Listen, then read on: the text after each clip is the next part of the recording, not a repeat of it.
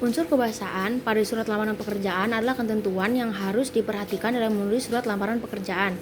Hal tersebut terkait dengan aturan dan ketentuan dalam penggunaan bahasa. Ketentuan-ketentuan tersebut meliputi yang pertama, bentuk surat yang standar. Nah, bentuk surat yang standar ini tuh maksudnya menggunakan bahasa yang format yang standar. Format surat standar adalah bentuk surat yang biasa digunakan dalam surat formal atau surat resmi. Dalam surat lamaran pekerjaan, dinyatakan secara jelas bahwa seseorang sedang melamar suatu pekerjaan atau posisi pada instansi atau perusahaan tertentu yang dilamar oleh pelamar. Yang kedua, itu menggunakan bahasa yang baik dan benar. Surat lamaran pekerjaan harus menggunakan bahasa yang baik dan benar sesuai dengan ejaan yang disempurnakan, yaitu PUBI.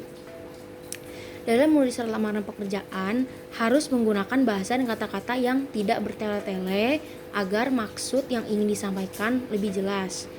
Yang ketiga, itu ada menggunakan kata-kata sopan. Kata-kata yang dipakai dalam surat lamaran pekerjaan harus sopan, sederhana, dan ringkas. Surat lamaran kerja tidak boleh berada meminta belas kasihan atau yang bersifat merendahkan martabat sendiri atau pelamar. Yang keempat, itu menggunakan kata pengantar yang jelas, singkat, padat, informatif, dan tepat sasaran. Nah, isi surat lamaran pekerjaan harus menggambarkan informasi tentang pelamar dan kemampuan kerja pelamar, serta meyakinkan bahwa bidang atau posisi pekerjaan yang dilamar sesuai kemampuan dan tingkat pendidikan oleh yang melamar. Yang kelima, itu ada penyampaian maksud surat pada isi surat. Penggunaan kalimat yang jelas untuk melamar kerja, termasuk dalam menentukan jabatan yang diinginkan oleh pelamar, menjadi hal yang sangat penting dalam menyusup surat lamaran pekerjaan. Nah, yang keenam, itu menggunakan kalimat permohonan pada paragraf penutup. Kalimat penutup berisi harapan dan permohonan kepada pimpinan institusi yang dilamarnya agar bisa diterima. Yang ketujuh, itu menggunakan penulisan dan tanda baca, melengkapi pada bagian-bagian surat dengan norma bahasa surat seperti penulisan, unsur hal, tempat atau tanggal, alamat, salam pembuka, isi surat, salam penutup, tanda tangan, dan nama terang.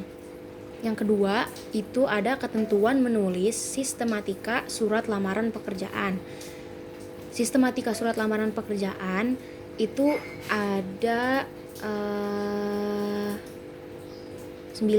Yang pertama itu tempat dan tanggal pembuatan surat. Nah, tempat dan tanggal pembuatan surat itu ditempatkan di pojok kanan atau di pojok kanan atas tanpa titik di akhir, karena bukan merupakan kalimat. Nah, contohnya itu Papua Barat 28 Agustus 2020. Yang kedua, itu ada lampiran dan hal.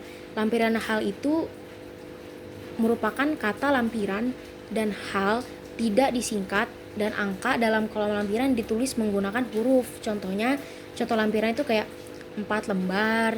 Terus kalau halaman itu kayak pemberitahuan. Nah, yang ketiga, itu adalah alamat surat. Itu tidak menggunakan kata kepada. Yang keduanya itu ada alamat disarankan, tidak lebih dari 3 baris. Yang ketiganya itu ada jabatan, tidak boleh menggunakan jenis kelamin seperti bapak atau ibu. Yang keempatnya itu tulisan atau kayak jalan gitu pada alamat tidak boleh disingkat. Yang keenam, itu tidak boleh menggunakan titik di masing-masing akhir barisnya. Contohnya itu kayak YTH titik manajer sukses mandiri jalan M Yamin nomor 2 Kalibata Jakarta. Nah, yang keempat itu ada salam pembuka. Setelah kata dengan hormat digunakan tanda baca koma. Contohnya dengan hormat koma terus berdasarkan titik-titik. Nah, yang kelima itu ada alinea pembuka. Alinea pembuka itu sebaiknya menggunakan bahasa yang baik dan sopan agar para pihak atau instansi yang membacanya tidak tersinggung. Nah, habis itu di dalam alinea juga sudah harus muncul pernyataan umum yang menggambarkan diri pelamar atau tesis. Yang kelima itu ada isi. Nah, isi itu ada banyak gitu. Nah, ada hal-hal berikut seperti identitas, maksud dan tujuan. Nah, identitas itu berarti berisi keterangan berupa nama, terus tempat tanggal lahir, habis itu alamat, pendidikan, karakter, dan dapat ditambah lagi sesuai dengan keperluan. Nah, terus habis itu ada contoh. Ada contoh itu ada nama kayak Nitriana Savitri, yang terus ada tempat tanggal lahir Jakarta 7 Januari 1995, yang pendidikan terakhir terus kayak S1 sastra Inggris. Terus ada alamat yaitu Dukuh Turi, Bumi Ayu Brebes 52273. Nah, habis itu ada maksud dan tujuan. Maksud dan tujuan itu merupakan maksud dan tujuan alasan pelamar melamar pekerjaan. Nah, habis itu ada menyatakan lampiran. Dalam menyatakan lampiran itu lamaran pekerjaan terdapat beberapa lampiran tentang syarat yang sudah diminta oleh instansi yang membutuhkan pekerjaan. Oleh karena itu, pelamar harus memenuhi lampiran yang diminta tersebut. Kemudian, di setiap rincian digunakan tanda baca titik koma, dan di akhir lampiran digunakan tanda baca titik. Contohnya itu kayak fotokopi ijazah yang sudah dilegalisasi, fotokopi kartu tanda penduduk. Nah, habis itu ada penutup. Penutup itu di dalam surat lamaran pekerjaan harus menunjukkan keantusiasan pelamar pekerjaan kepada instansi yang dituju. Contohnya itu kayak demikian surat lamaran pekerjaan ini saya buat. Besar harapan saya untuk dapat menjadi bagian dari perusahaan. Terus habis itu ada salam penutup. Nah, salam penutup itu kan kalau di awal ada salam membuka, tentulah pasti di akhir ada salam penutup juga. Nah, sebagai surat lamaran, salam penutup menjadi sangat penting dalam lamaran pekerjaan karena sebagai bentuk etika, sopan santun, dan penghormatan. Contohnya itu hormat saya. Terus abis itu ada tanda tangan dan nama terang. Nah, tanda tangan ini biasanya adanya di pojok kanan bawah surat, lalu ada di bawah dan ditulis dengan lalu di bawahnya ditulis nama lengkap. Contohnya itu hormat saya, tanda tangan, baru namanya. Menyusun surat lamaran pekerjaan. Yang pertama itu dasar menulis surat lamaran pekerjaan. Pada dasarnya, surat lamaran pekerjaan dibedakan dari berbagai sumber yang diperoleh oleh pelamar. Rohmadi dan Rustamaji 2010 bulan 4 menjelaskan bahwa surat lamaran pekerjaan dapat diajukan berdasarkan sumber-sumber berikut ini. Yang pertama itu iklan. Contohnya itu setelah membaca iklan yang dimuat dalam harian tanggal yang isinya menyatakan bahwa Nah, yang contoh keduanya itu dalam harian tanggal saya membaca iklan yang menyatakan bahwa PT membutuhkan berkenaan dengan hal tersebut. Saya Nah, yang kedua itu ada informasi seseorang. Contohnya, menurut informasi dari pimpinan perusahaan perusahaan tersebut membutuhkan sehubung dengan hal tersebut Nah, contoh keduanya, menurut informasi dari Bapak perusahaan Bapak atau Ibu membutuhkan sehubung dengan hal itu Nah, yang ketiganya itu ada pengumuman resmi dari instansi yang membutuhkan tenaga. Contoh, berdasarkan pengumuman nomor tanggal perusahaan membutuhkan karyawan dengan ini saya Contoh keduanya, berdasarkan pada pengumuman nomor tanggal tentang penerimaan karyawan PT maka yang bertanda tangan di bawah ini Nah, habis itu ada permohonan antar instansi. Contohnya itu setelah mendapat informasi dari kepala sekolah tentang permohonan kerja, titik-titik. Contoh keduanya, setelah mendapat informasi dari dekan, titik-titik, tentang lowongan kerja di perusahaan, titik-titik.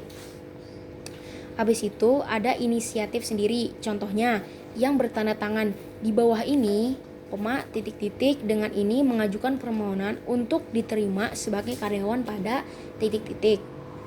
Habis itu contoh keduanya itu yang bertanda tangan di bawah ini, titik-titik. Perbedaan sumber penulisan surat berdampak pada bahasa yang digunakan. Variasi bahasa yang dapat dibuat seperti tampak pada uraian mengenai penulisan surat lamaran pekerjaan. Nah, yang keduanya itu ada langkah-langkah surat lamaran pekerjaan. Sebelum menulis, pastikan sewajarnya apabila mengikuti langkah-langkah dalam menyusun surat lamaran pekerjaan. Langkah-langkah dalam menulis surat lamaran pekerjaan ada banyak, yaitu sebagai berikut. Nah, yang pertama itu ada mempelajari sistematika surat lamaran pekerjaan. Sistematika surat lamaran pekerjaan itu ada tempat dan tanggal pembuatan surat, lampiran dan hal, alamat surat, salam pembuka, alinea pembuka, isi, penutup, salam penutup, tanda tangan, dan nama terang. Yang keduanya itu ada memperhatikan tampilan surat lamaran pekerjaan. Perhatikan detail tampilan surat lamaran pekerjaan seperti panjang. Jangan membuat surat lamaran pekerjaan lebih dari 1 halaman, diketik atau ditulis tangan. Format dan margin halaman gunakan single space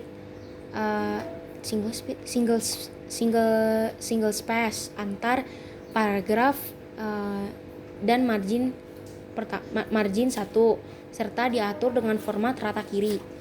Nah, habis itu ada font gunakan font umum dan tradisional seperti Times New Roman, Arial, and Calibri dengan ukuran 10-12. Habis itu ada menulis surat lamaran, menulis surat lamaran pekerjaan, mengedit surat lamaran pekerjaan, merevisi surat lamaran pekerjaan. Yang ketiga itu ada menulis surat lamaran pekerjaan kan. Menyusun atau menulis surat lamaran pekerjaan sebenarnya tidak sulit apabila akan menulis surat lamaran pekerjaan. Sebaiknya sesuaikan dengan perusahaan atau instansi yang dituju. Surat lamaran pekerjaan juga disesuaikan dengan sistematika penulisannya. Oleh karena itu, perbanyaklah referensi untuk mempermudah dalam menulis surat lamaran pekerjaan. Berikut ini disajikan tips dalam membuat surat lamaran pekerjaan. Yang pertama, menggunakan bahasa yang baik dan benar. Yang kedua, menulis dengan susunan format rapih. Yang ketiga, melengkapi data sesuai dengan keperluan. Yang keempat, melampirkan surat pendukung seperti sertifikat pengalaman kerja. Udah.